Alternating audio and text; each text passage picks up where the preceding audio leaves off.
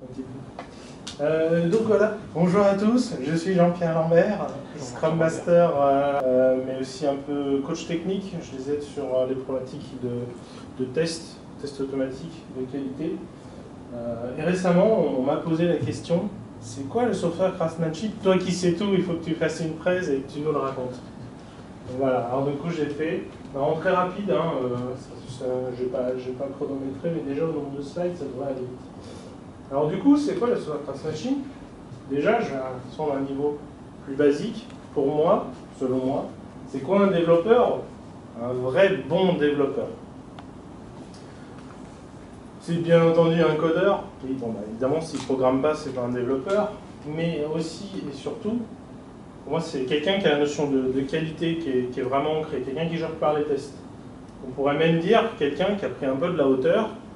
Il sait que par défaut, du nouveau code qu'on vient d'écrire ne marche pas. D'où le côté essentiel des tests. Voilà, quand on est encore jeune, on est un peu naïf, on se dit « ouais, j'écris du code, il marche ». Non, le code que tu écris ne marche pas. Et l'autre sujet, c'est quelqu'un qui va s'approprier le produit.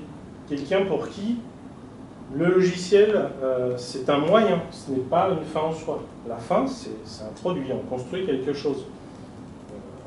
Quelque part, on n'est pas là pour se faire plaisir. C'est un effet de bord qu'on s'éclate. On est là surtout pour construire un produit, pour accomplir un dessin. À partir de là, du coup, le software craftsman, c'est quoi? C'est déjà tout ça, évidemment, un bon développeur, pour qui la qualité c'est essentiel et le produit avant tout, mais qui en plus de ça, il y a vraiment toute une dimension sociale. Quelqu'un qui partage, qui a des conférences, des meet-up, qui accompagne ses pairs, etc. Donc software craftsmanship en français c'est l'artisanat logiciel. Donc, pourquoi ce nom? C'est l'idée du compagnonnage, cette idée qu'effectivement les gens ont un peu une dynamique de mentorat. Voilà, on s'apprend des choses, on va coder ensemble et maintenant toi aussi tu sauras le faire, et ainsi de suite. Sans que ce soit non plus une idée un peu manichéenne, c'est dans tous les sens, on a tous quelque chose à apprendre d'une autre personne. Et aussi le sujet qui est un peu implicite, hein, mais quelqu'un qui en permanence va affûter ses talents. Il va faire de la veille technique, voilà, des dojos, des projets perso, qui est cette idée-là de c'est un professionnel, et comme dans le libéral, hein, comme un médecin ou autre, le médecin il va à des confs, il se renseigne, la médecine évolue toujours, il doit se garder au top, et ben voilà, un professionnel, un développeur aussi, il doit toujours se garder à jour, se garder au top, donc il y a vraiment cet aspect-là aussi. Et donc, selon Sandro Mancuso, il a écrit un magnifique livre. J'ai ramené ma copie ici, j'en suis très fier. Ça, c'est un livre que j'ai lu, hein, ce software craftsman. Il est très très bien. Alors, on va regarder justement le sous-titre. Le sous-titre, Professionalism, Pragmatism, Pride. Il résume le livre très bien en fait. Professionnalisme, c'est tout cet aspect-là de... On est des professionnels, on est là pour résoudre un besoin du client. C'est aussi savoir dire non au client quand le client demande l'impossible. Ce n'est pas lui rendre service que de se lancer dans un projet qui ne pourra pas aboutir. Il faut savoir lui dire non et lui proposer évidemment des alternatives. C'est encore une fois cette notion de je suis un professionnel, je m'affûte, je suis au top, je ne reste pas dans ma niche, etc.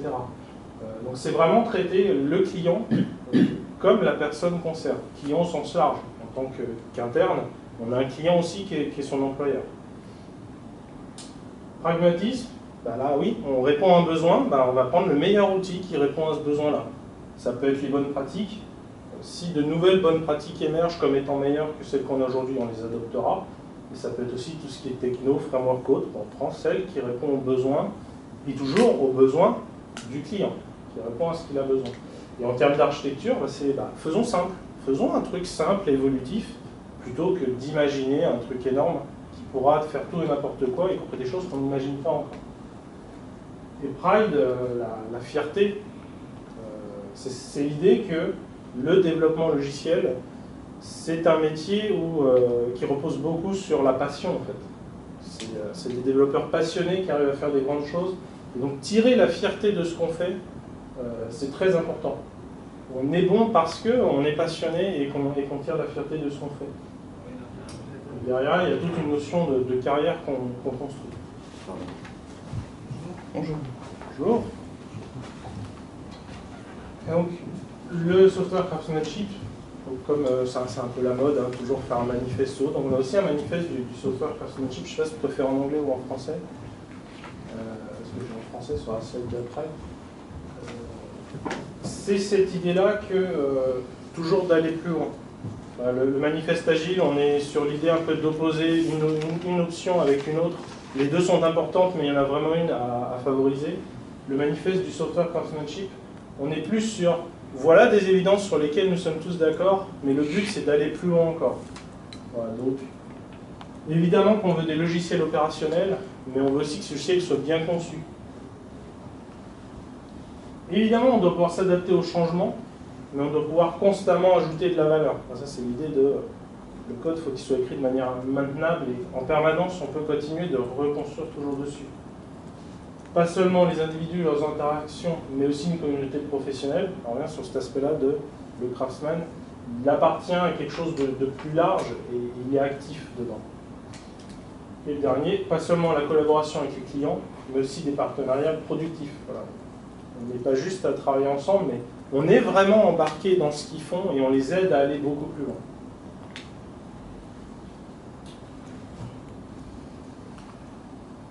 Et donc, à partir de là, un des aspects sur lequel Sandro insiste beaucoup dans son livre, sur la carrière du développeur. Donc, voilà. Quelle est la suite logique à la carrière de développeur? Bon, les grands classiques, en tout cas en France, hein, c'est chef de projet, architecte, manager. Là, l'idée, c'est pas ça, c'est non. La suite d'être développeur, c'est un meilleur développeur. Et encore meilleur, en fait. On apprend toujours des choses. Et on peut faire toute sa carrière, toute sa vie, en chaque fois, en étant un meilleur développeur. Et c'est un peu ça, le craftsman, c'est celui qui, du coup, étant meilleur, il pourra aussi apprendre aux autres et être encore meilleur à son tour, et ainsi de suite. Parce que ces trois rôles-là, à chaque fois, ce sont quand même des gens qui ne sont plus dans le code. C'est un changement de carrière, ce n'est pas la continuité de la carrière, c'est une réorientation professionnelle. Et du coup, pourquoi est-ce que tout ce mouvement-là, on peut débattre du nom, mais en tout cas, le mouvement qui est lancé, il est vraiment important, parce que bon, donc, Agile, c'est là depuis longtemps, on est convaincu que ça marche bien, sauf que il ne suffit pas de faire une transformation Agile au niveau organisationnel. En tout cas dans le numérique, pour que ça marche bien, il faut aussi que techniquement on soit au top. Et ce n'est pas toujours dans les cordes des coachs Agile. On a plusieurs sortes de coachs, il y en a, ils sont organisationnels, ils ne peuvent pas être coachs techniques. Et oui, les devs ils vont se débrouiller, ça va suivre sa route, ils trouveront le moyen. Mais non, c'est aussi très important d'être excellent techniquement pour que l'agilité marche. D'où, du coup, l'intérêt d'avoir ces personnes qu'on peut appeler donc des software craftsmen, des personnes qui sauront prendre aussi la posture de coach sur les sujets techniques parce qu'effectivement, ils ont l'habitude, ils sont bons et ils ont vraiment cette idée-là de je partage et je travaille à plusieurs, j'apprends des autres et je leur apprends. Et cette idée de rallumer la flamme, parfois, sur une équipe qui n'est pas motivée, des développeurs qui n'ont pas la passion. La passion, c'est toujours important. Déjà, ils sauront, ils comprennent, ils connaissent le rôle, ils savent expliquer ces choses-là. Et ils sauront aussi expliquer, pragmatisme, pourquoi ces bonnes pratiques sont importantes. Parler en termes de valeur.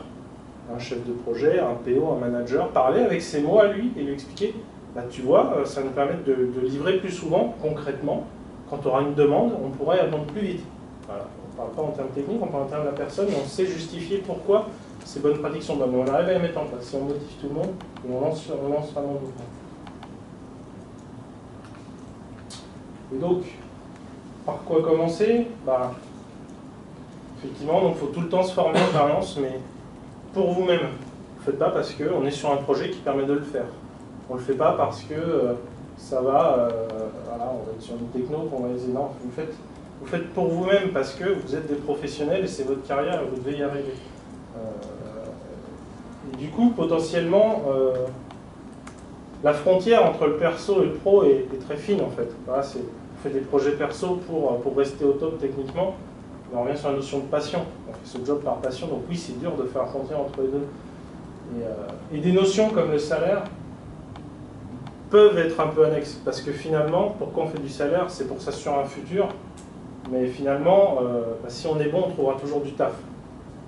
Alors qu'à l'inverse, si on stagne dans un job où on n'apprend rien, peut-être qu'on gagne bien, mais demain, peut-être qu'on ne gagnera plus rien, parce qu'on ne vaudra plus rien sur le marché. Après, chacun interprète les choses à sa manière. Il y a aussi l'idée qu'on a plusieurs moments dans sa vie, et qu'il y a des moments où on a besoin de plus d'argent qu'autre chose, mais il faut bien garder cette idée-là que se construit une carrière, donc il faut rester au top pour que cette carrière, effectivement, elle continue. Et du coup, ça, un des grands conseils de Sandro Mancuso, c'est dans chacune de vos missions, au sens large, hein, ça peut être un poste aussi en interne, mais à chaque fois, c'est une étape sur l'escalier que vous gravissez qui vous mène à l'excellence, qui ira toujours plus loin, parce qu'on peut toujours être plus excellent. Voilà, c'est autonomie, mastery, purpose. Être dans un contexte où on travaille en autonomie, on peut prendre ses décisions. Il y a une vraie notion de maîtriser ce qu'on fait, d'excellence, et on sert un but. Sachant que ça, en fait, quand on y réfléchit, ce n'est pas vrai que dans le développement logiciel. Régulièrement, on va passer des articles. C'est bizarrement ce qu'on se rend compte qu'en fait, dans n'importe quelle entreprise, les gens travaillent mieux quand ils travaillent en autonomie, quand il y a un retour sur le fait que le fait d'être doué dans ce qu'on fait, c'est reconnu et ça apporte de la valeur, et qu'on sert un but, qu'on n'est pas juste là pour faire une tâche après l'autre. Et ça, chaque rôle où vous aurez ça, vous permettront de grandir et de continuer. En plus d'être épanouissant, ce qui n'est pas rien non plus. Et voilà. Pour conclure, lisez-le, il est trop bien ce livre. Voilà, en tout cas, en tant que développeur, je pense que c'est vraiment une lecture excellente. Après, en tant que développeur, il y a plein de choses intéressantes à faire, mais c'est moins lecture obligée, j'ai envie de dire.